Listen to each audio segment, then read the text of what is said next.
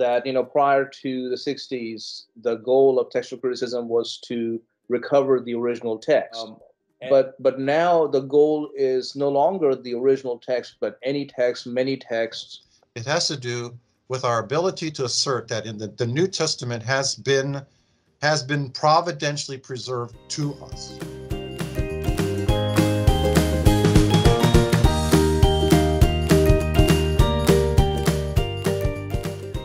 Hello, everyone. I'm talking today with Dr. David Allen Black, who teaches New Testament Greek at Southeastern Baptist Theological Seminary, and with Dr. Abidan Shah, who pastors the Clearview Church and also teaches at Carolina University. Welcome to both of you. Thank you. Thank you. Thank you. Looking forward to being here, Henry. And Dr. Black, it's good to see you again as well. See you guys. Okay, let's get into this by laying looking at some of the background. What might you say about the state of study in textual criticism? What would we most like to see happen in the study of New Testament textual criticism in the church and the Christian academic world today? I'll let Abidan answer that since he's our resident text critical scholar here with his PhD in not just New Testament, but New Testament textual criticism. So Abidan, go for it. Feel like a lamb taken to the slaughter.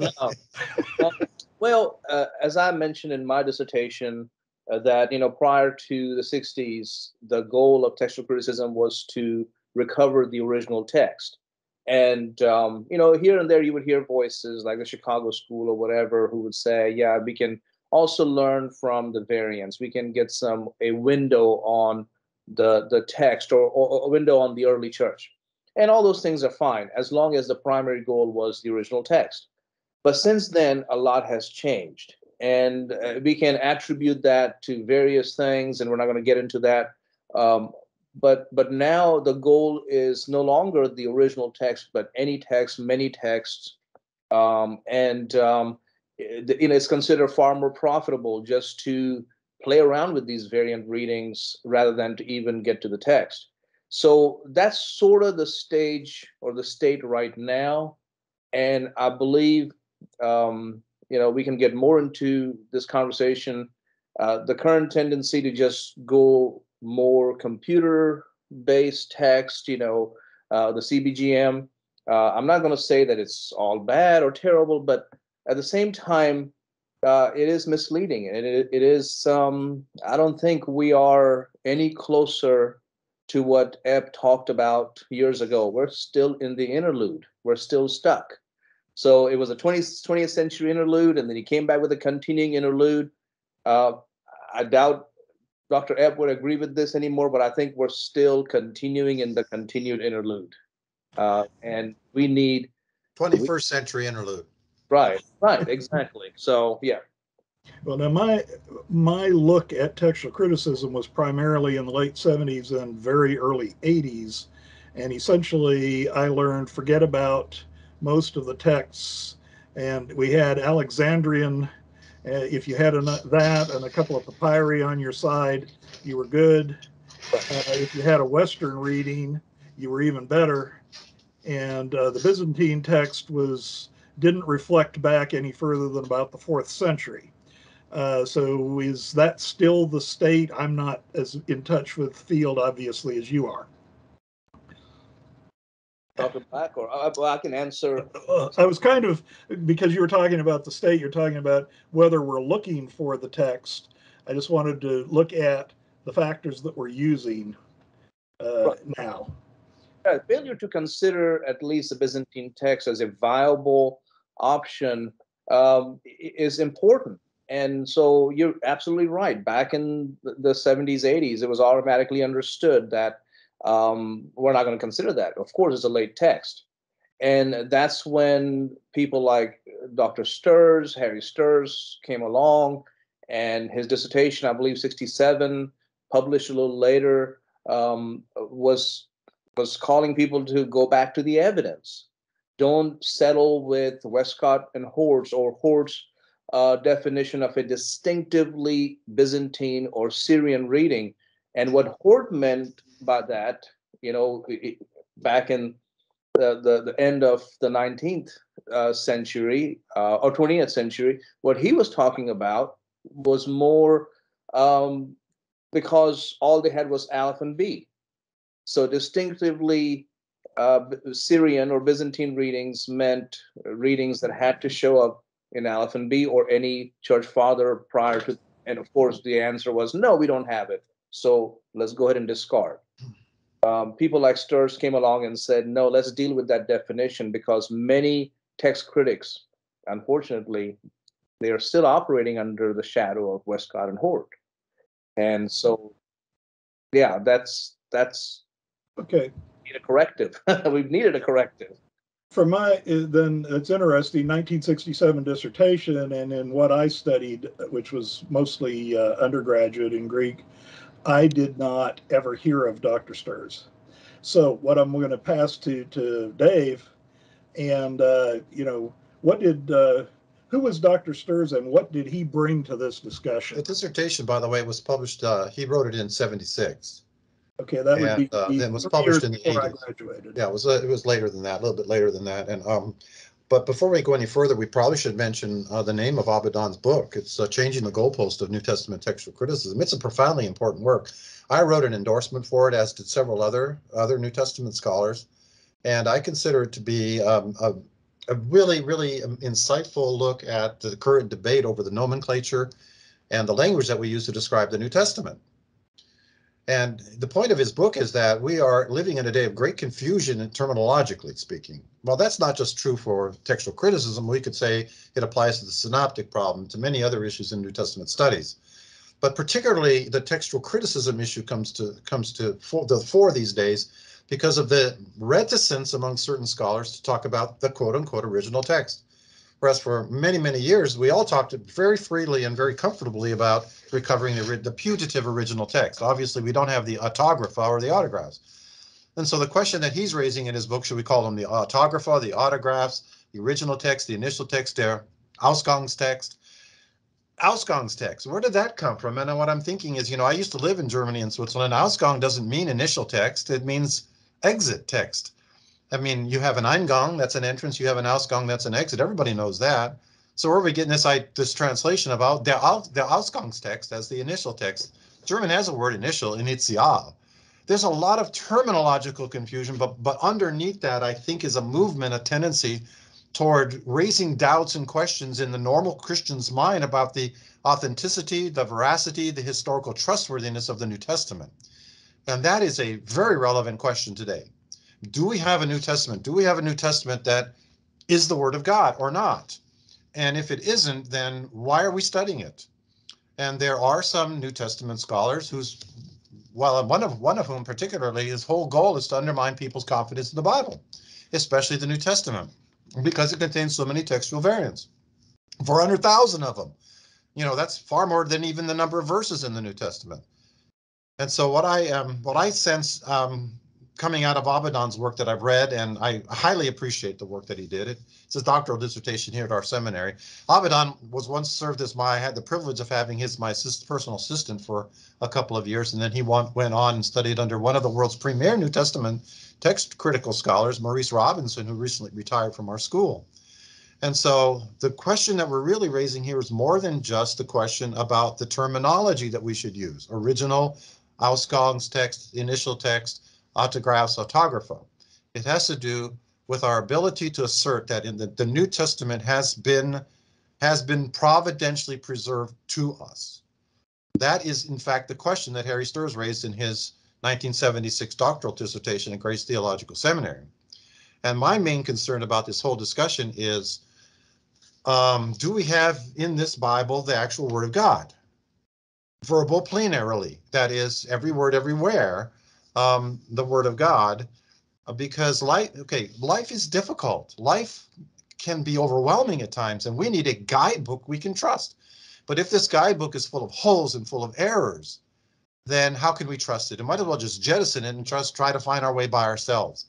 So this is part of a much bigger picture I see at Abadan than just raising the question of changing the goalpost. It's also the question of the veracity, trustworthiness, historicity, apostolicity of the New Testament? Can we trust the New Testament? And Abaddon, in fact, is concerned about this. I know that because he's holding a major conference at his church, Clearview Church in Henderson, North Carolina, in September. And Abaddon, you can tell us more about that. But the focus of that conference is going to be precisely this question. And he's going to be bringing in a number of different scholars from different perspectives, different viewpoints, for us to hash this out and get the information out there so that people can make an informed decision about not just the nomenclature, Abaddon, but also, Henry, not just the nomenclature, but also the underwriting question about the veracity, trustworthiness, apostolicity, and historicity of the New Testament. So I can talk about Harry Sturz, but Abaddon, maybe if you wanted to say something about the conference. Yeah, sure. So, and again, if I were to add to that, and Dr. Black, I really respect and admire you for that. He's always been such a good scholar, and at the same time, somehow he also speaks on the level of the average person who cares about these issues. So I'm always intrigued by his passion and authority of the Bible, because once you don't have a text, then what is the authority for your life? What is the authority for your daily practice? Well, there is none left. You just pick and choose. So the conference is our second, actually, Clearview Apologetics Conference. The last one we had was in 2019. Dr. Black was the guest speaker there as well. And Peter Gurry and John Mead with the Text and Canon Institute were there. And it was a tremendous conference. And then, as you know, the past 2 years have been crazy, so we had to keep postponing it. But we're really excited. We are hearing from a lot of people that they're ready for this conference. They're ready to meet. And so this one is going to be on the original text. And Dr. Black is going to be there. Maurice Robinson is going to be there. Peter Gurry is going to be there from Phoenix Seminary. He is a Cambridge grad and just a wonderful friend. And Tim Mitchell is going to be there. He's been studying at the University of Birmingham and has written some great articles on the original text. So we're bringing them here. And they're looking at it, no matter which perspective you pick, whether it's a reasoned eclectic or a Byzantine text form or a Sturzian approach, or a rigorous eclectic, kind of like a Keith Elliott, Jeffrey Kloha's approach. That's fine, but we should still be trying to find and go to the original text. This sense of we can get it, and like Dr. Black said, this Ausgang text is as far as we can get, which sadly is behind the CBGM methodology. Is not the way. The future doesn't look good if we keep going that way. Well, listen, I don't have any objection to using German terms when they're necessary, Right. but sometimes they're not necessary. And what we have is almost a form of Christian Gnosticism when we're using some insider terminology to communicate something that we could otherwise communicate very easily in the English language. But instead of talking about one's worldview, we have to talk about their Weltanschauung. Instead of talking about the setting in life of Jesus, we have to talk about the Sitz im Leben Jesu, das Sitz im Leben der Urgemeinde, das Sitz im Leben des Verfassers, the three Sitze im Leben. Where is this coming from? And is it necessary? I don't think it's necessary, neither do I think it's helpful. So these are the kinds of things that I think we need to begin discussing. And Abaddon has really cracked that question wide open now with his publication of his book. And so I'm really looking forward to that conference, Abaddon, and I really feel very, very honored and privileged to be invited back again. And I think it's going to be a great conference. I know Henry will be there, and he'll have Sturz's book there as well as other publications. Henry has also published another outstanding work on textual criticism by Thomas Hudgens, and it's entitled Those Footnotes in Your New Testament. Because if we could segue to Harry Sturz at this point, Harry Sturz really raised this question of what do you do with the footnotes in your New Testament? Because everybody reads an English New Testament, everybody sees the footnotes. Other manuscripts do not contain, the earliest and best manuscripts read. What do you do when you arrive at that kind of a terminology, that kind of language that seems to suggest that maybe we don't have the original printed in the text, but in the footnote? And so having Harry Sturz's book available, Henry, at that conference is going to be phenomenal, because when I teach textual criticism, I don't know about you, Abaddon, but when I teach textual criticism, I use Bruce Metzger's text of the New Testament. I use the standard works, but I always have students read Harry Sturz because I want them to get that perspective, because he addresses precisely this issue. Right. I read this book long time ago, and I'm glad when Dr. Black told me that he was considering bringing it back into print, looking for a publisher. I said that would be awesome because it is still relevant today. It is still relevant, and he took those 150 some variants and laid them out and said, well, let's deal with the evidence. Let's stop repeating the line, that there's none, there's none. Let's look at the evidence, and the evidence is very clear. So yeah, I totally agree. Harry Sturz's book is awesome. I think there's a tendency there a lot of the time to exit by the same door we entered. If you think of the Byzantine text as not containing original readings, you will therefore discover over time that it doesn't contain original readings. At least with what I learned, and by discussing the Byzantine text, it seems to me that you can be equally critical and eclectic, but not assume that the Byzantine text can't be original. There's some assumptions in there. Could you, there's a certain amount of assumptions about that have caused us to think this is not reflecting ancient text.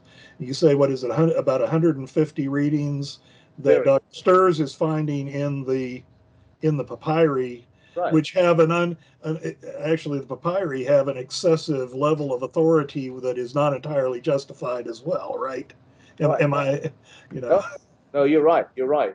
And again, it's he was taking on the definition from Hort of the distinctively Syrian Byzantine reading. So sometimes some text critics have said, "Oh, we already know that." Well, keep in mind he was attacking the root of the problem, dealing with the root of the problem, which gets repeated as a principle. And so get into the book, and then you realize, oh, that's where he's going with this. And wow, that's a resource. And if you ever look at bibliographies of people who do not espouse Byzantine, I mean, they definitely don't espouse Byzantine text form. They're coming from a whole different perspective. They still include this in their bibliography. They still include this book in their syllabus. So you can't get away from that. Which, as a publisher, does my heart good to think that I'm publishing issuing something that is extremely relevant. I want to look a little bit at what Dave has been talking about, though, about the confidence of the people in the pews.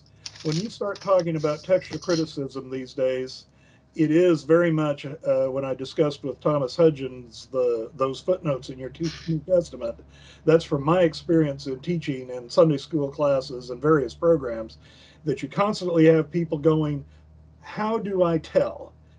And that's the kind of person who's actually studying their Bible. If they're coming in there and saying, there's a footnote here, and how do I understand what it's doing? You're dealing with the people who are reading it. And so that's a major concern of mine, is seeing this. I think, with dating and authorship and so on, we have the same thing. We have people say, the scholarly consensus is, or most scholars believe, and we're leaving people with, where do they go next? And that, I appreciate the conference. I said that to say I appreciate the conference, because we need to let people know, amongst other things, that just saying most scholars say doesn't mean most Christians should believe. It's a fallacy. It's one of the fallacies that all smart people believe this. Well, so you must be really dumb if you don't believe this. So it's sad that people still use that. Well, and that is going on in the churches, in our Sunday school programs, in a lot of cases where you have, it's just a number of scholars believe this, but the people in the pews don't understand how that's coming there. They don't know what the basis is. So, Dave, talk a little bit about Dr. Sturz. I'm probably going to come back to this again, as in, bringing this to people. Now, Dr. Sturz is good for, I think, shaking up some of the scholarship in textual criticism, but the people I teach in Sunday school aren't going to read that. But he's still important, and we're going to come back around to that. But can you give us a little bit of an introduction? You were his student. Yeah, student and colleague. Brilliance, godliness, integrity, compassion, model. He was an exemplar. You know, my Christian education is, but I don't need to tell you this, you know this, but Christian education is primarily likeness education. My favorite verse as a teacher is Luke 6:40. I don't live up to it, but someday I hope to. But Jesus said, when a disciple is perfectly taught, he'll be just like his teacher. Not like the syllabus, not like the textbook. He'll be like the person. And I learned very early in my college and seminary education. I tell my students here today, don't take a course, take a teacher, because you're going to become like that teacher. And Harry Sturz we stood in awe of Harry Sturz. Dan Wallace and I both had him. I think we were in the same class together. And it was in that class that we were so impressed with him that we both caught the Sturzian bug. Now, since then, Dan Wallace has repented. I've never repented of the Sturzian view, but that we both held him in high esteem. So all of those things characterized Harry Sturz, and I was a student and I was his colleague for many years. But two additional things come to my mind that I think we need to talk about when we talk about Harry Sturz, at least from my own personal perspective. And that is, number one, I wouldn't be doing what I'm doing today had it not been for Harry Sturz. You know, I came from Hawaii, did a Bible major at Biola University, had no idea what I was getting myself into. It didn't matter. There were no Bible schools in Hawaii. Where can I study the Bible? They said, there are Biolas in Southern California. I said, did they have a Bible major? They said, yes, I'm going. Plus, it was the closest school back to home, so I could fly back every year and serve. So I ended up at Biola. Now I'm a graduating senior. I have to take 2 years of Greek because it's required in the Bible for the Bible major. So I kept postponing because I had heard all the same horror stories you guys heard about how hard Greek is. And I enrolled in Sturz's class, and I lasted exactly 3 weeks. Oh, one other thing about his character, he did not suffer fools. We were fools, and we were dropping like flies. And by the way, I think that is a great attribute of a professor. Don't suffer fools. Don't waste your time on fools. Now, he wasn't belligerent about it, but it was very clear to him that if you couldn't cut the mustard, he's not going to hold your hand. So well, I won't speak for others. I dropped out of the class, was in the throes of despair. What am I going to do with my life? I don't want to change my major. And then I found out about Moody Bible Institute in Chicago that had a correspondence class. Incidentally, first year Greek at Biola was classical Greek, which is much more difficult than Koine Greek. And the textbook that they used was designed for 1 semester at Harvard. It was just way above me. Here's a little island boy from Kailua Beach trying to learn that.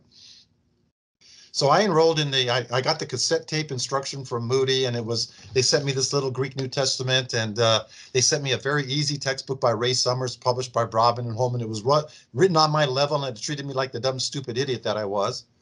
And within 4 months, I finished that class, graduated 6 units deficient, took intermediate Greek for 6 weeks with Harry Sturz.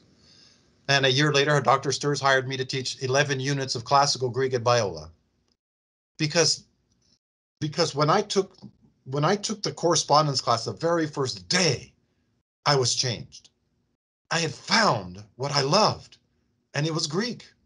And I ate that class up. And then I ate up Harry Sturz's intermediate class. Here's the same guy taking the same professor, but this time able to do what he needed to do because he was now motivated, and it clicked for the first time. And then, then Harry Sturz. Now, I didn't know there was an opening in Greek at Biola. I had no idea. And if there was, I wouldn't have applied for it because me teach Greek? Are you kidding? But he must have seen a spark of potential in me, Abaddon. And he saw that spark and he says, I'm going to hire Dave to teach 11 units of classical Greek here. And that was 45 years ago. I'm still teaching Greek today. Tonight, I'm teaching my Monday night class. And I will tell you the honest truth. I will go in my class tonight as passionate about New Testament Greek as I was the first day I entered the classroom 45 years ago, because that's just my life. That is profound.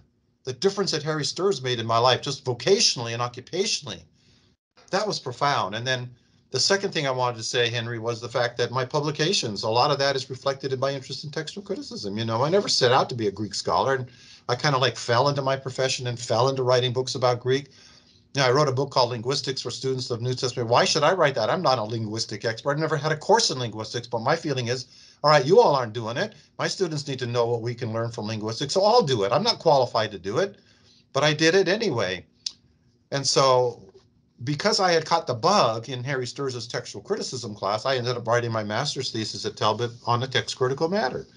Ephesians 1:1, the variant NFSO, that's one of the 2000. By the way, there's a big debate. Abaddon is aware of this. big debate on how many significant textual variants are there in the New Testament. And of course, Bart Ehrman says there's 400,000, and Dan Wallace says about a tenth of that. He says about 4,000, but I would say 2,000. In my book, I talk about 2,000. And by the way, Bruce Metzger, in his commentary, talks about these 2,000, and there's 1,600 of which are printed in the printed edition of the United Bible Society's Greek New Testament. But one of the 2,000 is this question: was Ephesians addressed to, written to, at first read by the Ephesians? Or was it an encyclical letter intended to be distributed by Tychicus to the churches of Asia Minor, and he filled in the blank as he approached the different churches? That's a big question in New Testament studies, and I espouse the authenticity of Inefeso like nobody was doing that. But I felt that's where the evidence pointed me, and it was because of that bug that I caught from Harry Sturz. I wrote my master's thesis on textual criticism, though I was not an expert in textual criticism. And then I'll never forget, Abidan, because you're just getting into publishing, I'll never forget, Harry Sturz says, why don't you publish it? And I said, what does that mean, publish it? How do you go about doing that? He said, well, there's a journal at my seminary, Grace Theological Journal. It was just started last year, called the Grace Theological Journal. And why don't you publish it there? The second year is coming out. Why don't you submit it? I said, okay, how do I do that? He says, well, I'll submit it for you, and I'll write a nice cover letter for you. Well, they accepted it. I'll never forget, I was first year in Basel, was 1980. I just arrived in Basel, and I had just received in my hands the page proofs for my first ever journal article. Oh my goodness. I think back to that today. That was a profoundly important part of my life. And then from that, of course, then I wrote my introduction called New Testament Textual Criticism, a Concise Guide. And then in 2000, when I moved here from Southern California to Southeastern, we had a major symposium on New Testament studies. Abidan was very involved in that. And I published the book Rethinking New Testament Textual Criticism. A few years later, we had the last 12 verses of Mark conference, major conference that I organized. I published perspectives on the ending of Mark. And then my latest book is called The Pericope of the Adulteress in Contemporary Research, which came out of our discussion of John 7:53 to 8:11. Those 12 verses, as you know, are very controverted and very controversial, very debatable and very debated. And so for some reason, I've kind of like backed into this whole milieu, and I'm not trained as a textual critic like Abidan is. And but Harry Sturz was part and parcel of that part of my journey. And I have often been asked, are you going to revise your primer, New Testament Textual Criticism, a Concise Guide? And I said, no, I'm not going to do that. It's been in print for I don't know how many dozens of years, but the thing is, I've been there, I've done that, I've paid my dues. It's up to Abidan's generation to do it now. In fact, Abidan right now is currently completing a book, which is going to really replace my book. It's a primer for basic church people, for pastors, and for students of the New Testament on textual criticism. It's going to be a phenomenal book.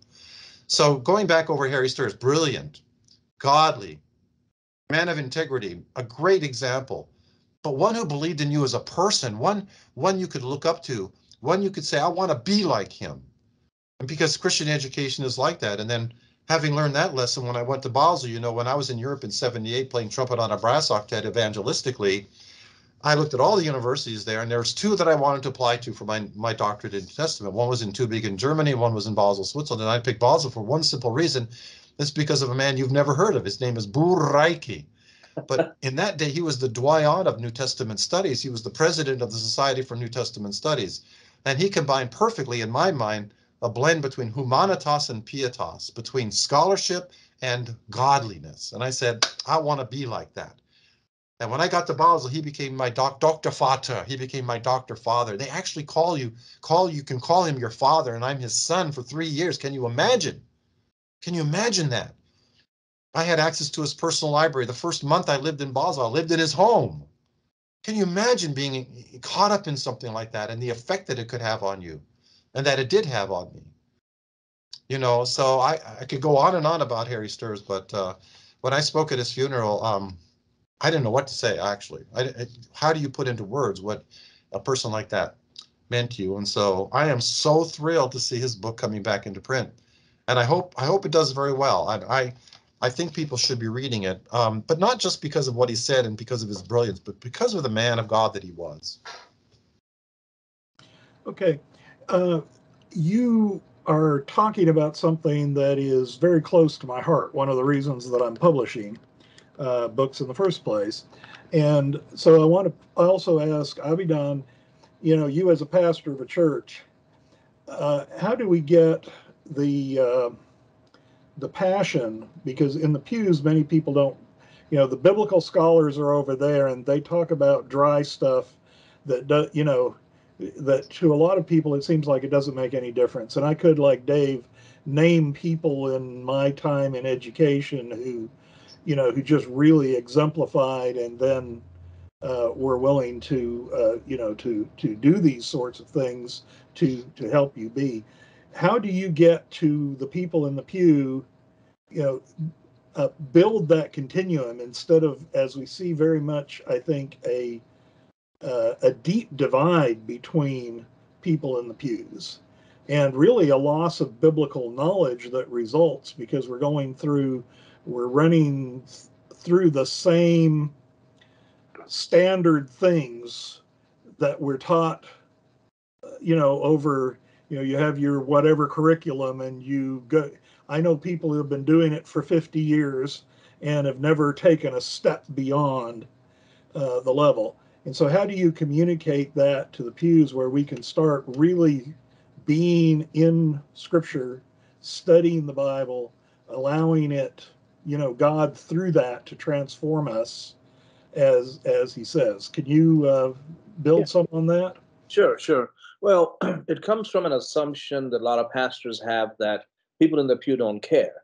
But nobody cares about these issues. I'm not going to get into all that. I'm just going to kind of preach my sermons, go to my conferences, maybe go to a seminar here and there. But though they don't need it, they don't want it. And and Dr. Black will wholeheartedly agree, because at Clearview, we held a Greek class with Dr. Black, his textbook. We had a packed house. We had the fellowship hall packed. And Dr. Black came to me and he said, just to let you know, sometimes these things dwindle down to like one or two people. They didn't. I've experienced that. Well, I gave him a lot. There was no attrition. There was no attrition. Right. I think none. did we have about 55 every Sunday night, something like that? Oh yeah, and they were coming from the churches, from the local communities. Some were driving an hour away, coming to the Greek class, and our people were there. Our staff was there, and it was an amazing time. So is the assumption that people don't want to know or don't care, and that's not true. They're hearing the other side on television. They're hearing the other side through news media. They're hearing the other side from the children who go away and study under somebody who is a devotee of somebody. I don't know if I should mention names that I just talked about a little while ago, who give this idea that, oh, Christianity is just a byproduct of this socio-political struggle that went on in the church, and the winning party has written the Bible.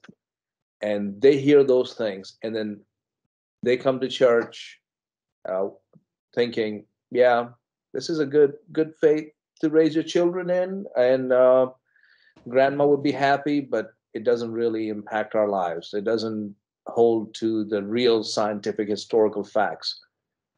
And that's not true. We have another side. We have scholarship. We have so much that we can offer. And once we start doing that, just like we did at the apologetics conference, first conference ever, and we had, how many would you say, Dr. Bly? Maybe 150 some people showed up. Mm-hmm. And it was a great turnout. And they were asking, could we do this again? Are we doing it next year? And of course, as you know, 2020 happened and 2021 and do it. But I believe this time it'll probably be double, triple of what we had the first time. And Harry Sturz was a scholar, but he was also an elder in the Grace Brethren denomination. He had the heart of a pastor. And I think that's Abidon. He's got a brilliant mind. He won't tell you that. But he is very smart. But the thing is, he wears his learning very lightly. And his people, R.C. Sproul once said, a great preacher is like an iceberg. You only see 10%, but you sense the 90%. And I think that's why I teach in seminary. That's why I've been teaching for 45 years. I want my students to get the 90%, okay? Because the key to effective preaching in our churches and teaching in our churches is being simple without being simplistic. The problem is so much of our teaching is both simple and simplistic. And people know that. They know whether there's fire in the sermon or not. They know whether you're teaching from the canteen of Saturday night or from a reservoir of Bible knowledge. And so what we want to do is equip them with the biblical languages so that they can dig out for themselves these gems. At the same time, I tell my students, never ever, you read my book, Using New Testament Greek in Ministry, never use Greek from the pulpit, never mention the aorist passive. People aren't even faintly interested in the aorist passive imperative. They want to know two things. This is what the text is saying, and this is what it's telling me we must do. Keep it simple, stupid method. And that's what we need. That's Abaddon has perfected that. And that is very unusual because he doesn't come off as this ivory tower person, but he's a smart guy. So watch any of his, you could watch his videos of his messages. They're wonderful. And then his whole idea of return. Okay, in my book, The Jesus Paradigm that you published, Henry, we have a section called Returning Biblical Education to where? To the local church. That is the locus of ministry in the New Testament. And I think even everybody who teaches here at the seminary would have to agree with that. Our goal is to work ourselves out of a job. And one of the ways to do that is begin teaching Greek and teaching church history and teaching theology at churches like Abaddon's, where people will flock to a class on Greek. They'll flock to a class on church history. They'll flock to a class on the doctrine of the Trinity. They'll flock to a class on Christology. This is a unique time in history where people are hungry for the Word of God. And they want is, again, they don't want a book that's full of holes and errors. They want to know whether they can trust this book. And I have personally found, Abaddon, that one of the best ways I can equip the saints for the work of ministry is by giving them a tool that will allow them to have a personally enriching and rewarding encounter with the text itself. And that is in the Greek text. And so it was my privilege. 2 years ago, last month, we started that class. That's right. And then COVID hit and we stopped the class. But there was no attrition. That shocked me, but it shouldn't have shocked me. It shouldn't have shocked me because Abaddon has trained his people to think intelligently. You should see the library he has in his church. They're not just devotional books. There are devotional books, but they're academic books. And then the apologetics conference that he held, all the speakers brought their books and people were buying them up by the droves. I mean, I don't sell my books at the conference, but I have them out there and people can go to Amazon if they want to. But there's just a fantastic interest in this. And each night of our Greek class, we were giving away Dr. Black's books. So that was a draw there, too. They also came for the books, the free books. Book, yes. Yeah, one free book. Study for the free books. Let me and I know I'm spending a lot of time on this, but let me just one thing. And I think you've already really answered this, but I want you to say it again, which is how we get those who study Greek in seminary to study Greek in order to use it.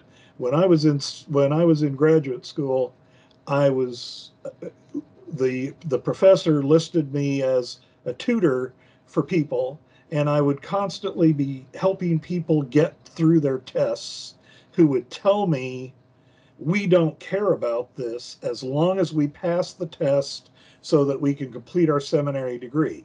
Now, so I was a major in the languages and would help them. And so a lot of the time then we're sending people out to be pastors who don't think like what you're saying. And as a matter of fact, some of those people I hear go use Greek from the pulpit that they don't know. Well, I tell my students every time they hear Greek in a sermon in chapel, that two things will inevitably occur. Number one, they'll mispronounce the Greek word. And number two, they misinterpret the Greek word. That happens about 95%. It doesn't happen all the time, but it's very, very common.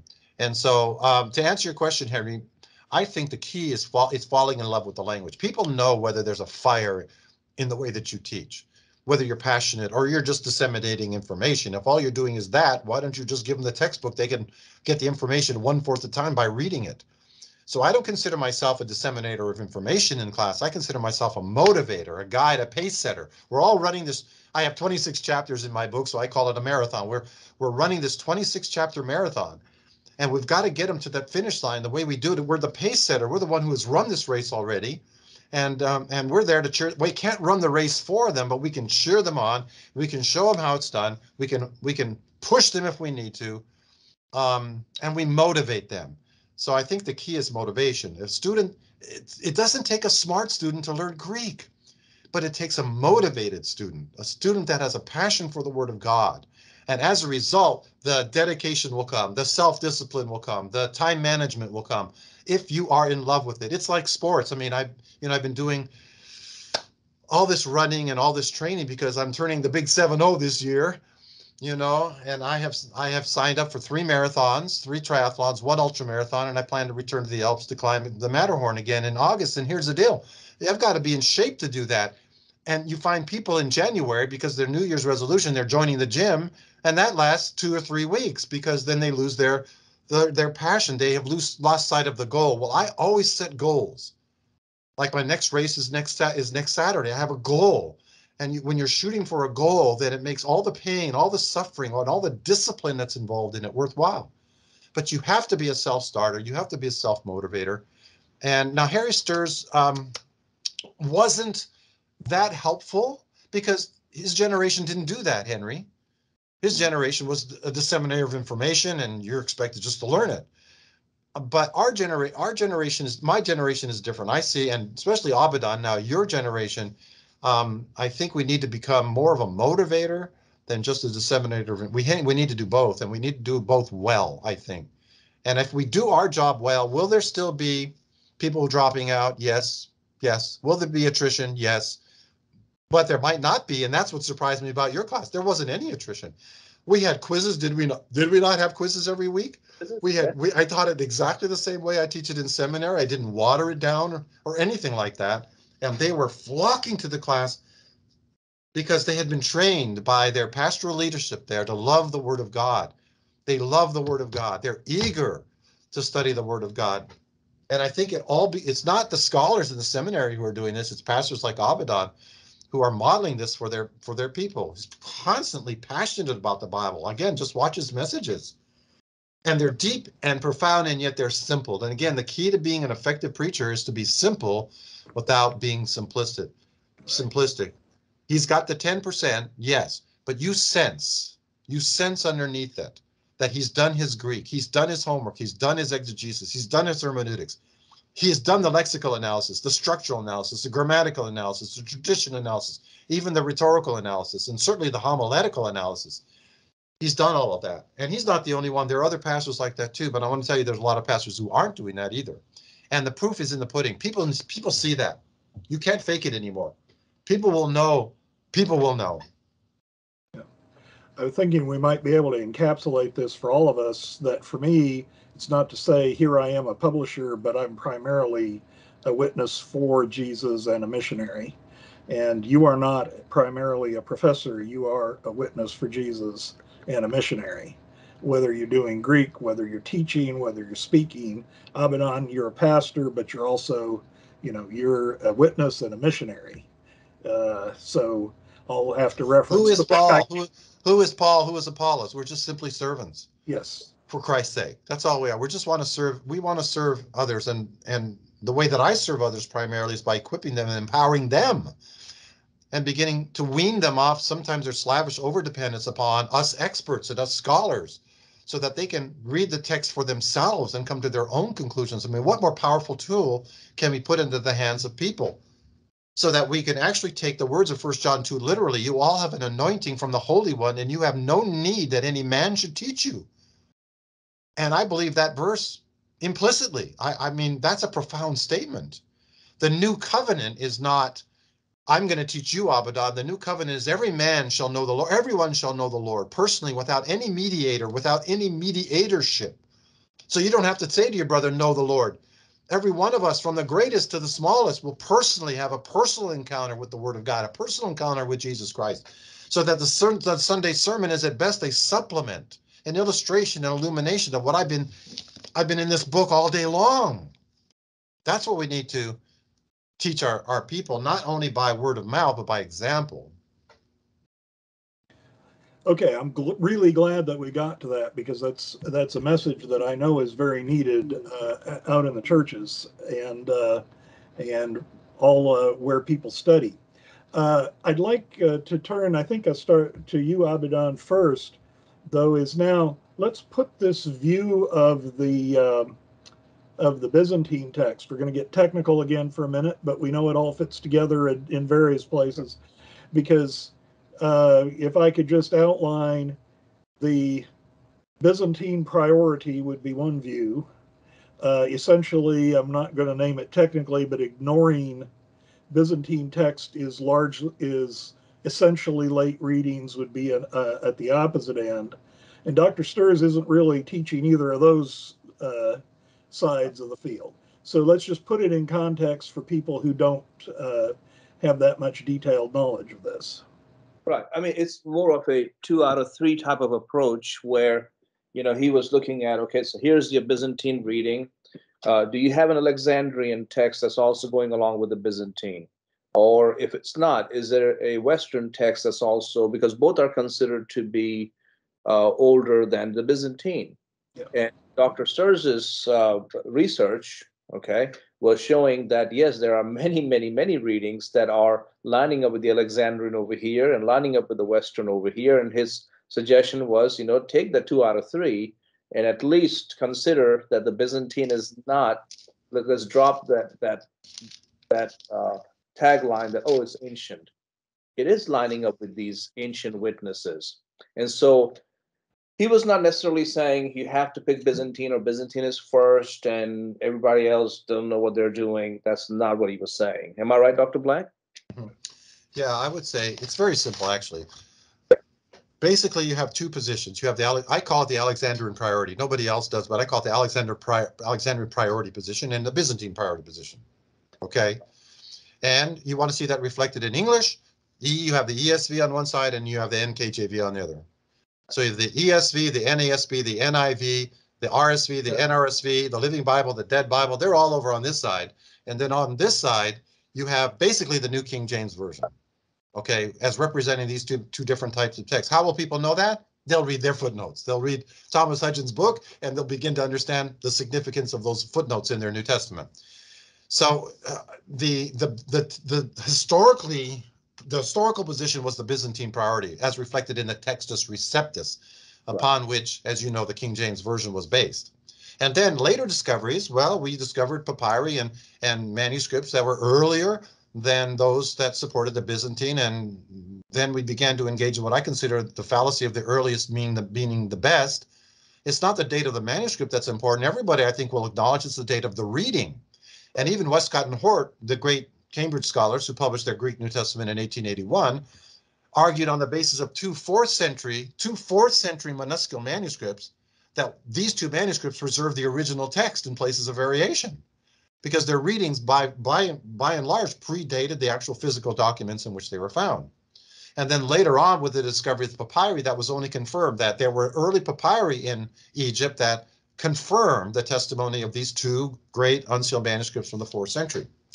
And so Harry Sturz comes along. Oh, by the way, at that point in 1881, basically you have, okay, here's what I tell people, Henry, when I talk in a church like this. The biggest difference between English Bible translations is not the English. Right. Now, there are differences, of course, in the English, but the biggest difference, that people don't know this, but it's profound. The biggest difference is the underlying Greek text. That's the biggest difference. And when you look at the ESV and you look at the NKJV, they're just like light years different from each other in these 2,000 places that I've talked about. And so now the critical text, the so-called critical text, or I call it the Alexandrian text because it's basically the Alexandrian text, has held sway for many, many, many, many, many, many years. And the Byzantine priority position is not as widely held and probably will never be very widely held. But there is a minority position there. And so when you look at Mark, I don't know if you can see Mark here, but you can have above the line is the text and below the line is the apparatus. And basically the reading they normally have above the line here is the Alexandrian text, and the one below the line is the Byzantine, just generally speaking. Okay, just generally speaking. And so you have the Alexandrian priority position that's basically held. And Henry, when I was in seminary, I don't know what your experience was at Andrews University, but when I was in seminary, I was basically, other than Harry Sturz, I was basically, don't even dabble in textual criticism. You don't need to. We have the text. The scholars have determined that this is the original reading, and any other reading has been relegated to the textual apparatus. And that's exactly what I would have thought had I not been exposed to Harry Sturz's perspective. Okay? Now the Byzantine priorists whose readings are in the bottom say, here's how you should read your New Testament. Basically, the original reading is up here now, and the other reading is relegated to the apparatus. So you have these two positions butting heads to each other, and Harry Sturz comes along, guess what he says? Neither is right. He says neither is right. No, we should not prioritize the Alexandrian. Is the Alexandrian early? Yes. Is it a good text? Yes. Is the Byzantine text early and unedited in the Westcott and Hort says? Yes. Therefore, is it valuable? Yes. Should it be considered? Yes, along with the Alexandrian and the Western text. And so in my own approach to the text, and I've studied a number of different passages that I've published on, and we could go into that if you want to later, but I'll just give you one example. John 3:13. No one has ascended into heaven except he who came down from heaven, period. Sorry, even the Son of Man, period. Or, watch this difference now. No one has ascended into heaven except he who came down from heaven, even the Son of Man who is in heaven. 5 Greek words, ha, on, en, to, urano. Okay, that longer reading has excellent external evidence, I think. It's not only found in the Byzantine, but in the Western text. And so you have greater geographical distribution. In other words, I'll put it this way. When I opened my New Testament in the 2nd century, whether I was living in Hippo, North Africa, or in Spain, or in Gaul, which we call France today, or in Italy, or in Macedonia, or in Achaia, or in Syria, or in Palestine, or in Caesarea, when I opened my New Testament in the 2nd and 3rd centuries, I read those 5 disputed words. But the place where it was not read was basically in Alexandria, Egypt. So on the basis of the external evidence, I tend to prefer, as Harry Sturz did, that reading which is the most geographically widespread. Then the second question is the internal evidence. And Abadan, I'm not sure you agree with me here, but to me, there's basically one principle of internal evidence that's important, and that is prefer that reading that best explains the origin of the others. Right. So if haon, ento, urano were original, then the question is, well, why in the world would anybody want to admit them? And the answer to me is clear, because you have these great Christological debates going on in the 2nd and 3rd century, primarily in Alexandria, Egypt, of all places. Now, you and I, thankfully, we live in post-Nicene Christianity, where we got all this figured out. We have the Trinity figured out. We have the hypostatic union. We have the deity of Christ. We have all that figured out, right? Because we have the Apostles' Creed and the Nicene Creed, and we have the Athanasian Creed. We got it all. We worship one God in Trinity in unity, neither confounding the persons nor dividing the substance. But they didn't have all that figured out. And just imagine for a moment, Jesus is speaking to a man named Nicodemus on a windy evening in Jerusalem, and he's claiming not only to be on earth, but in heaven at the same time. And incidentally, I might just point out there's 2 other very insignificant variants there. There's not enough support for them to consider them viable. But you know what the other 2 readings are there? Who was in heaven and who is from heaven. Both obvious attempts to avoid saying what? That Jesus is on earth and in heaven at the same time. So I look at the internal evidence, I look at the external evidence. I published this defense of that reading in John 3:13 in the Grace Theological Journal. You can read it at the Greek port, my Greek port if you want to, but here's the deal. How many places in the New Testament teach the omnipresence of Christ? I can't think of hardly any, other than John 3:13. Now, the other one would be Matthew 28:20. Remember, Jesus says, lo, I am with you always, even to the end of the age. And I think I would probably translate that, remember, I am with you daily, because the Greek is not always, it's all the days, pastos ta semeros. We could say, I'm with you each and every day. I'm with you day after day after day until the end of the age. Well, wait a minute. How can he be with us? We saw him go into heaven. Where is Jesus today? He's seated at the right hand of God. That's where he is. Well, wait a minute. He's also here. He's also on earth. And the opposite was true when Jesus was on earth. As Augustine put it, why do you wonder that Jesus is in heaven and on earth at the same time? The incarnation could not denude heaven of Christ's presence because he is God. Well, you and I, by the 4th century when Augustine's writing, we got this figured out because we understand now the doctrine of the Trinity. We understand the hypostatic union. We understand the incarnation, but they didn't understand it then. So what we're saying is that I personally have a very high regard for the Alexandrian text. I also have a high regard for the Byzantine text. And I do believe the Westcott and Hort theory have been falsified by Harry Sturz. Now, if you want to know the arguments, don't ask me. Read Harry Sturz's book, which Henry Neufeld is about to publish, and reprint it. That's going to be a fantastic opportunity. It's not a long book. And it's Yep. written in language that any of us can understand. Half of the book is an appendix or appendices, but I think you would get the gist of his argument. So the key question is the Byzantine. Okay, Abaddon, I'll just go out on a limb and say this. I think the key question today in textual criticism is the Byzantine text. What are you going to do with it? Right. What do you do with it? Do you jettison it and reduce it to the academic trash heap? Do you exalt it to a place of prominence? And if so, what is your evidence for doing that? Right. Even the CBGM, we're talking about the CBGM, which has the Editio Critica Major, the ECM published for the Catholic epistles, Mark, and so in many of those places in the Catholic epistles, they, according to their claim, that some of those readings are more Byzantine than they used to be in the Nestle-Aland 27. So, and of course, people like Dr. Robinson will definitely come back with a rebuttal, and whether that really says that the Nestle-Aland 28 has really gone Byzantine or not, that's a different discussion. But at least for the purpose of discussing this book, you would have thought by now anything Byzantine is already done deal, is over, but it's not.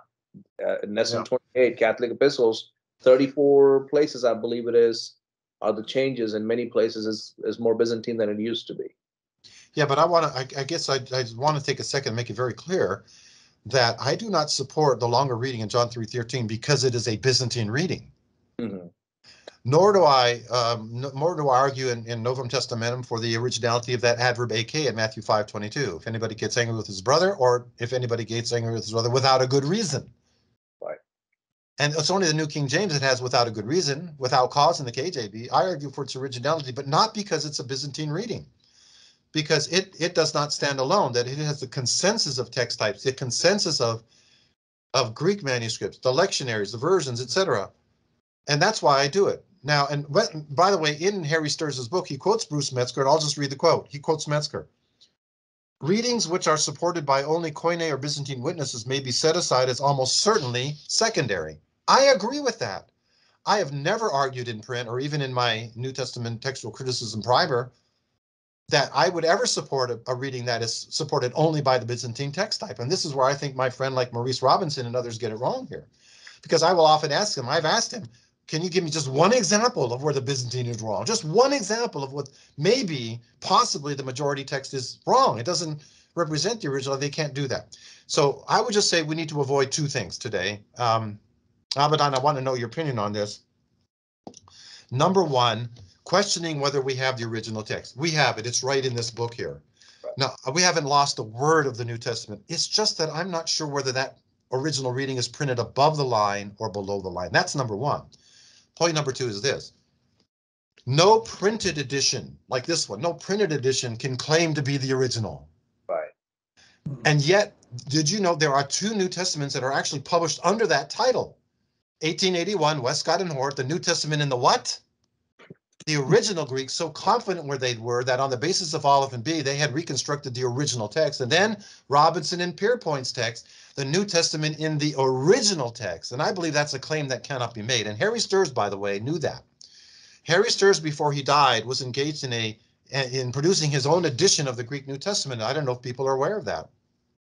And he had gotten through the Matthew. I would never forget the day he showed me a fascicle of Matthew that he had just done.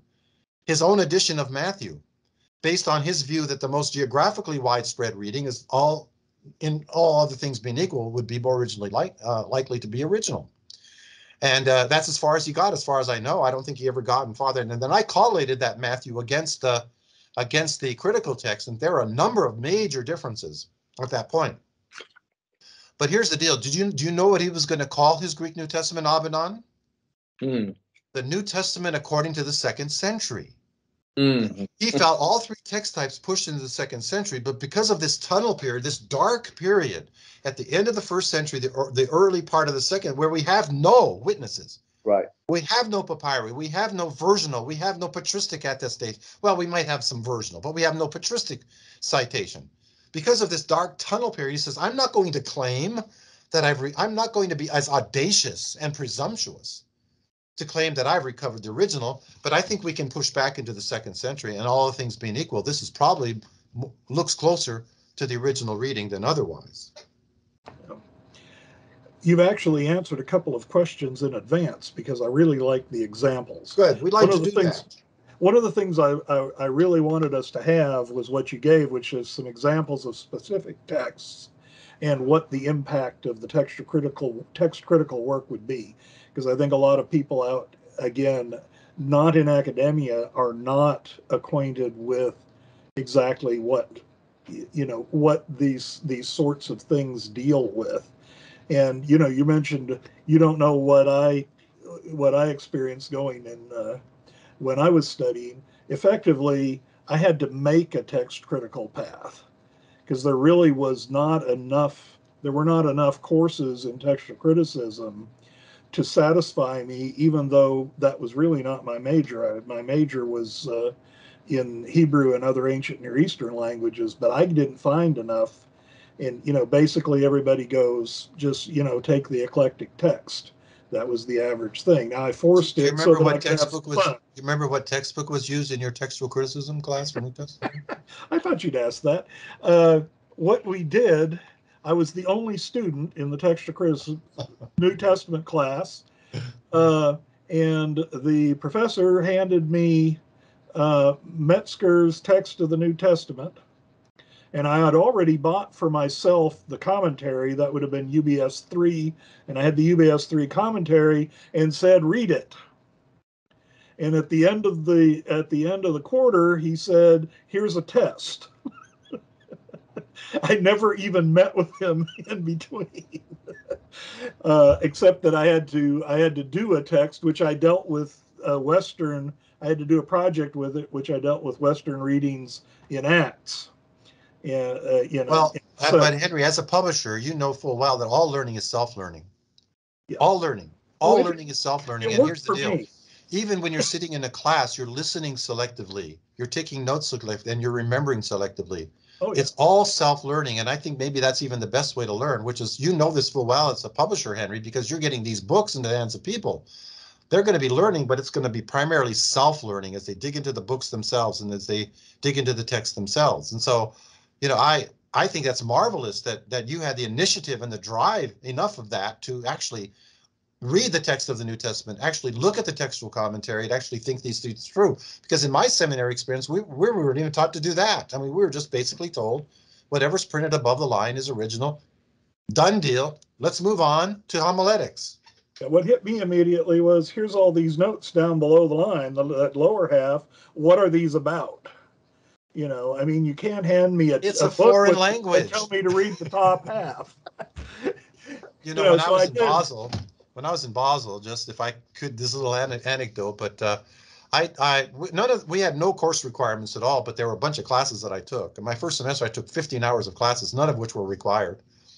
And the second, I reduced it to 10 because I had started to write my dissertation. But the second semester I took a class from Bernard Wies. Now, you've never heard of him, but he was a great classical Greek scholar. And he taught classical Greek. And I took a class of his called How to Read 9th Century Greek Minuscule Manuscripts. It was not a very popular class. There were 3 of us in it. 2 of us finished. But here's the deal. You know what the reward was? For the 2 of us that finished, he took us to the university library. He took us to the 3rd sub-basement, and they unlocked the cabinet in which was the original Erasmus Greek New Testament of 1516, and they put it in our hands. Yeah. Wow. Wow. It's like, wow. And I sat there with that thing. I mean, that was before I had a camera or an iPhone or anything like that, but I went through it very, very carefully and with a great amount of love. That's the 15/6. Now there are many copies of that, but that is like one of the original. And of course, we know it was published in Basel in 1516 by Erasmus who lived there. I think it might be good if it's good for students to have initiative, but it might be good if there was a little more attraction where people talk about this. Well, in Abaddon's library, Abaddon, how many manuscript fascicles do you have there? You've got a couple of them. Right. We have Vaticanus and Sinaiticus. It's quite expensive, so we went in and bought it. And of course, I have the 1590 text of Beza, so that's as well. I have some good.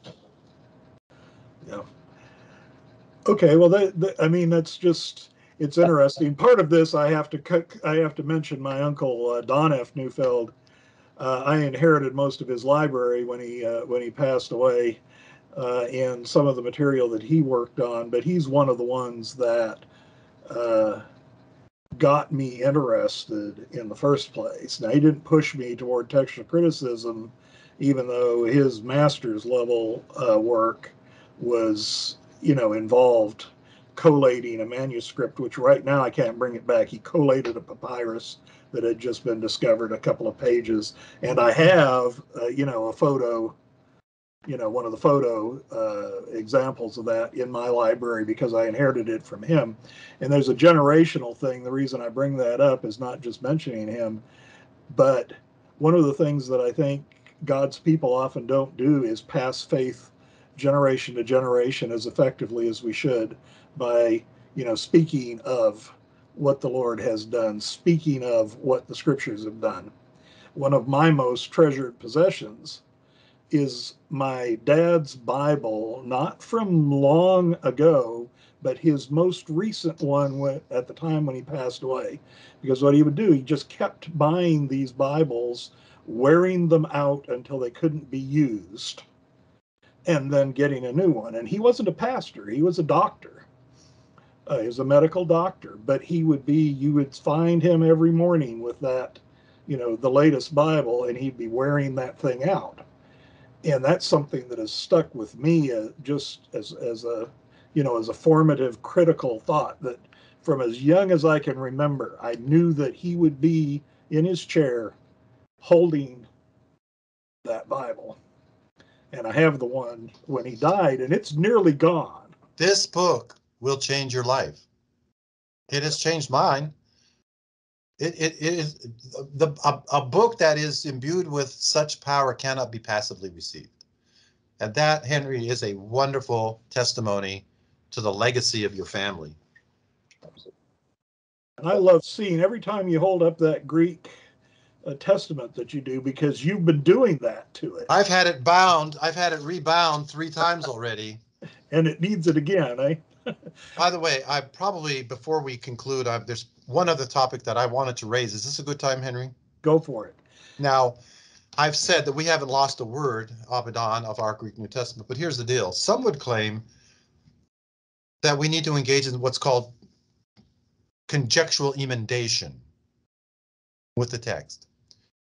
In other words, the original text is not found in any manuscript of Greek. And they are beginning to engage in this. Now, I don't think I have an a priori objection to that. I'm not philosophically opposed to engaging in conjectural emendation. We have to do this more frequently, I think, in the Hebrew text than we have to do in the New. Yeah. In fact, I would just say this. I have yet to find a single conjectural emendation in the New Testament that was required. In 1989, in Novum Testamentum, I published an article called Conjectural Emendations in the Gospel of Matthew. And what I did is I just looked at in the last 10 years at that point, all the emendations that had been offered, 17 of them. They were in English, they were in German, they were in French, they were in Spanish. What I did is I looked at every one of these 17, and I concluded 16 of them were utter nonsense, that the text that's found in the Greek manuscripts was plenty sufficient, perfectly understandable. And there was one that I found viable, but it wasn't necessary, the reading of the Greek text itself. And Abaddon, the verse that comes to my mind right now is Mark 1:41. And Henry, do you remember Jesus is about to heal the leper? And we have 2 readings there. Either he was moved with compassion or he was moved with anger. And it's become very popular nowadays to argue for the originality. He was moved with anger. Moved with anger. That was in my Sunday school class. Moved with anger. Moved with anger. Here's the problem with that. It is found in no unsealed manuscript save one. It is found in no minuscule manuscript at all. It is found in no lectionary. It is not found in any of the versions except for 4 manuscripts of the Latin. That's it. It is not a viable reading, in my opinion. And that is the problem with textual criticism today, because we do not have in our minds a history of the transmission of the text. We tend to resort to the internal evidence more than we should. And of course, the radical eclectics like Keith Elliott would agree that that's the manuscripts, versions, and fathers don't really they matter, but they matter in that they are repositories for readings. We glean from that there are two readings in Mark 1:41. Jesus was either moved with compassion or he's moved with anger. But I'm not really concerned as which manuscripts, which fathers, which versions. I'm not concerned with that. We look at the internal evidence and make our decision. I think that's rather dangerous. Now, Harry Sturz would look at the internal evidence, and I would look at the internal evidence, but as Harry Sturz once put it to me, and I've adopted this, the external evidence is probative, the internal evidence is corroborative, not the other way around. And so you have scholars like Harold Greenlee, who wrote a very excellent primer on textual criticism. By the way, I wrote a festschrift for him. I attended his funeral in Florida when he passed away. Love the man. But in his introduction to New Testament textual criticism, he suggests we start with the internal evidence and then move to the external evidence. So what is it? Should we start with the internal and then move to the external? Should we start with the external and move to the internal? Should we jettison the external and just use the internal? Or shall we jettison the internal and just use the external? That's the majority text position. That's the Byzantine text. If it's read in the Byzantine text, I don't even need to go to the internal. Now, I'm not saying they don't go to the internal, but it's already established on the basis of the external evidence. This is the controversy. This is the debate that he's going to be, Abaddon's going to be opening this big can of worms in September, because it needs to be reopened. We need to be talking about these things, and we need to get people from different perspectives talking about them, not past each other, but to each other. So I think what you're going to be doing in September is a wonderful thing, Abaddon. Well, what I would add is, sometimes people think that all the work that needs to be done in textual criticism is done. This is so over. We're just, rearranging the deck chairs. That's it, and that's not true. That's and I don't want to speak for Dr. Robinson. Maybe that's something for him to speak up. But I would say he would again, his title, Byzantine original text, all that. I believe he would also definitely point out that we're going for a generally definitive text, a generally definitive text, not like this is it, and that's what I believe. And I believe that the work is still to be done, and it's not finished. And you know what? Here's what I have found in all the journal articles that I've done defending this reading as opposed to that reading. And it just so happens I'm not a contrarian. Maybe I am by nature. I've ended up arguing for readings that have been relegated to the apparatus, because I think they're better tested externally. But here's the deal. Here's what I have found. Again, I've not supported them because they are Byzantine readings. But what I have discovered, gentlemen, is that the Byzantine text type least often stands alone, which attests its good quality. So in places of variation, I tend up agreeing much more with the Robinson Pierpont text than with the Westcott and Hort text, or with the Tyndale House New Testament, or with the UBS or SBL New Testaments, and any other New Testament that comes down the pike that basically is an Alexandrian text form. I tend up agreeing with it, not because it's Byzantine, but here Harry Sturz quotes George Kilpatrick: "No manuscript or type of text is uniformly right or wrong." That's Kilpatrick. That was J. Keith Elliott's mentor. And then he quotes E.C. Caldwell, who was his own professor: "No patching will preserve the theory of Westcott and Hort." We need to be rethinking these things. Rethinking New Testament Textual Criticism is a book that I edited, but that's now, it was published, in 2001? It's already out of date. This is 2022. That we need to reopen these questions, and I think having the book there, Henry, and having you there, I think is going to make a tremendous impact, because the book will be available at, I'm assuming, a nominal price. Not, what did I see it on Amazon the other day, $75? Or some, I paid $100. Well, I wanted to bring in a comment of my own. You mentioned the possibility of doing that because you're talking about emendations, and they're more likely in the Hebrew text. Now, I'm not an academia. I went into publishing. I haven't spent my time doing this, but what I found in looking at emendations in the Hebrew text, and I don't have any prior bias against an emendation potentially producing the text, was that there's very, very, very few cases where you need to mess with the consonantal text of the Hebrew. You may redivide words, you may repoint do the vowel pointing differently.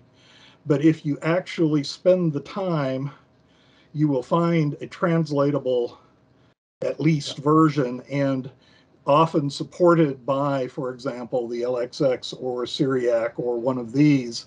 And so you very rarely have to, well, I'm not saying that I would say you very rarely have to, but also in my study, I very rarely found myself concluding that a consonantal emendation actually was viable enough. You know, you'd find some that, yeah, that could work, but I rarely found the ones that usually use, even in that much more limited environment, manuscript environment, you get you can work through. Yeah, I may have misspoke because I don't think I wanted to imply so much that conjectural emendation was taking place in the Old Testament, but I do think there is a disparity between the MT oftentimes and the LXX and Samaritan Pentateuch, for example. So if I'm reading the NASB, I think the NASB has a very conservative approach to the Old Testament textual criticism.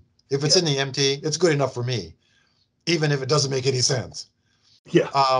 But on the other hand, I think the NIV might be a good example of where you often read in a footnote, right, that the reading printed in the text is found not in the MT, but in the Samaritan Pentateuch, in the Septuagint. So that's really what I was more or less referring to. But what I'm trying to say with the New Testament Abaddon is that for every viable reading in the New Testament, we have at least some Greek attestation.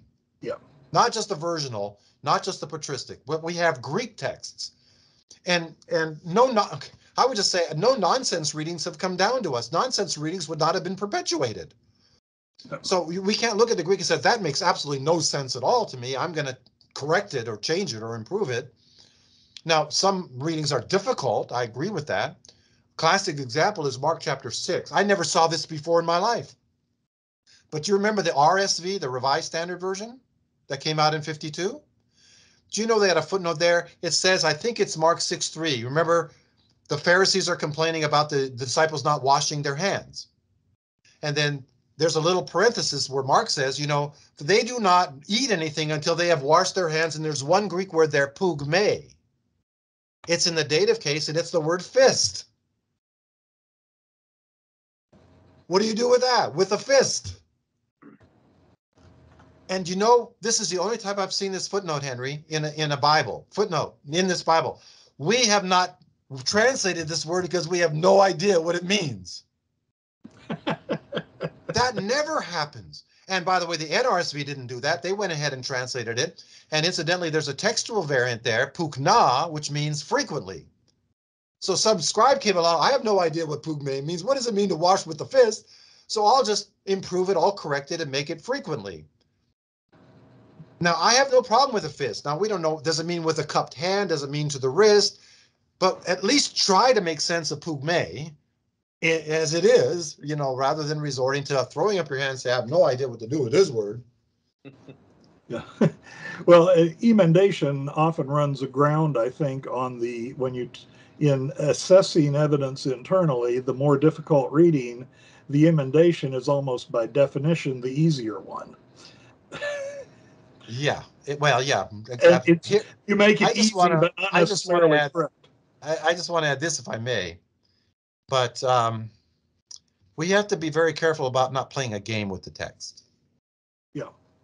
About treating it as anything. Okay, I was during our little break there, I was talking to Abaddon about this book and said, I used the word fear. I have a fear of this book. I have a fear of this book. I was going to say respect, but I actually think I'll use the word fear because of James 3:1. Because of James 3:1. Those of us who teach this word have more stricter judgment. So here's the irony to me, guys. This same book in which I have found so much comfort, so much consolation, so much encouragement, so much guidance is the same book that on the day of judgment will judge me as to how I have handled it, how I have treated it. Have I treated it with, this is in the third person of the Godhead, Father, Son, and Holy Bible. I'm not arguing that at all. But why don't we treat this book with the respect, the reverence, the awe that it deserves? Because it is not just another in secular universities where they teach the New Testament, it's just another analyzable datum of linguistic investigation. No, it isn't. It's not. We need to be careful, I think, how we treat it, if it is the Word of God. And that's the question today. The inspiration and inerrancy of the New Testament, and therefore its authority.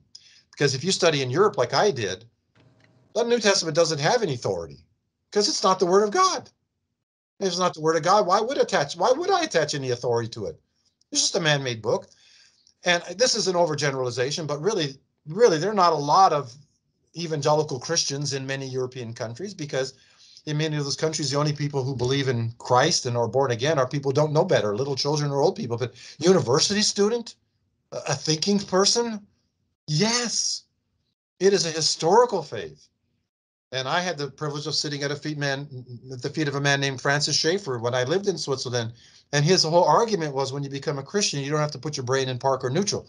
You can be a thinking. Christianity is historically based Christianity. You don't have to make this leap of faith. And I think that's powerful to be an evangelical Christian, because we have the best of both worlds. Yes, we're fundamentalists. Yes, this is the Word of God. At the same time, we try to engage in the highest levels of academic scholarship. What a powerful potential combination to be able to combine those two. As I said, the humanitas and the pietas, the godliness and the brilliance and the commitment to research and scholarship. We have such an opportunity today. Thank you for watching. I'm Henry Neufeld. I'm the president and the publisher at Energeon Publications, and I appreciate Dr. Abadan Shah and Dr. David Allen Black joining us to discuss this important question regarding the scriptures and their providential preservation, as well as some of the ideas and practices in biblical textual criticism and in teaching some of this in our churches. I'm going to provide now a few slides for you that will give information on how to access some of the books that these speakers have referenced, especially Harry Sturz's book, The Byzantine Text Type in New Testament Textual Criticism, which Energeon Publications will be releasing with a projected date of March 11, 2022, and also the conference in September at Clearview Church, where Dr. Abadan Shah is the pastor, that will discuss textual criticism and do so in the context of apologetics. So take a look at these screens. This will give you some material that will help you learn more about this important topic.